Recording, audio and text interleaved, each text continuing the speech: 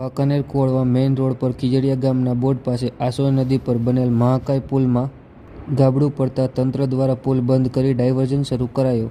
બાબતે પ્રાપ્ત માહિતી મુજબ વાંકાનેર કુવાડવા મેઇન રોડ પર ખીજડીયા ગામના બોર્ડ પાસેથી પસાર થતી આસોઈ નદી પર બનાવવામાં આવેલ મહાકાય પુલની વચ્ચે શનિવારે સાંજે 6 વાગે અચાનક મસમોટું ગાબડું પડી જતાં તંત્ર દ્વારા તાત્કાલિક હરકતમાં આવી અને પુલ બંધ કરવાની કામગીરી શરૂ કરવામાં આવી હોય, જેમાં આજરોજ રવિવારે બપોરે 12 વાગ્યે ગુજરાત સ્ટેટ હાઈવેના જવાબદાર અધિકારી ડેપ્યુટી એન્જિનિયર સંદીપ કડીવાર દ્વારા ઘટના સ્થળની મુલાકાત લઈ જર્જરિત થયેલ આ પુલને તાત્કાલિક ધોરણે લોકોની સુરક્ષા માટે બંધ કરાવી અને વાંકાનેર કુવાડવા મુખ્ય માર્ગ પર ટ્રાફિકને જોતા તાત્કાલિક સાઈડમાંથી ડાયવર્ઝનની કામગીરી શરૂ કરવામાં આવી હતી.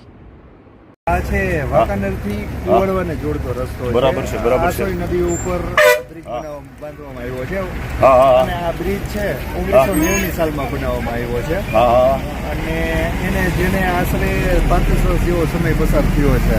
બરાબર. અને અત્યારે કુવાડવા તરફના છેડાથી સ્લેબમાં સેટલમેન્ટ થોડુંક થયું છે અને જેને આપણે એપોક્સી ગ્રાઉટિંગ અને માઇક્રો કોન્ક્રીટની કામગીરી કરીને ટ્રાફિક પૂર્વવત ચાલુ કરશું. અને મીનવાઇલ આપણે આ જે ટ્રાફિક છે અત્યારે તો આપણે હાફ સ્લેબનો બંધ કરેલો છે અને જેને આપણે સંપૂર્ણપણે આપણે ટ્રાફિક સાઈડમાં જે ડાઉનસ્ટ્રીમમાં ડાયવર્ઝન આવેલું છે એ ચાલુ કરી દઈશું આપણે.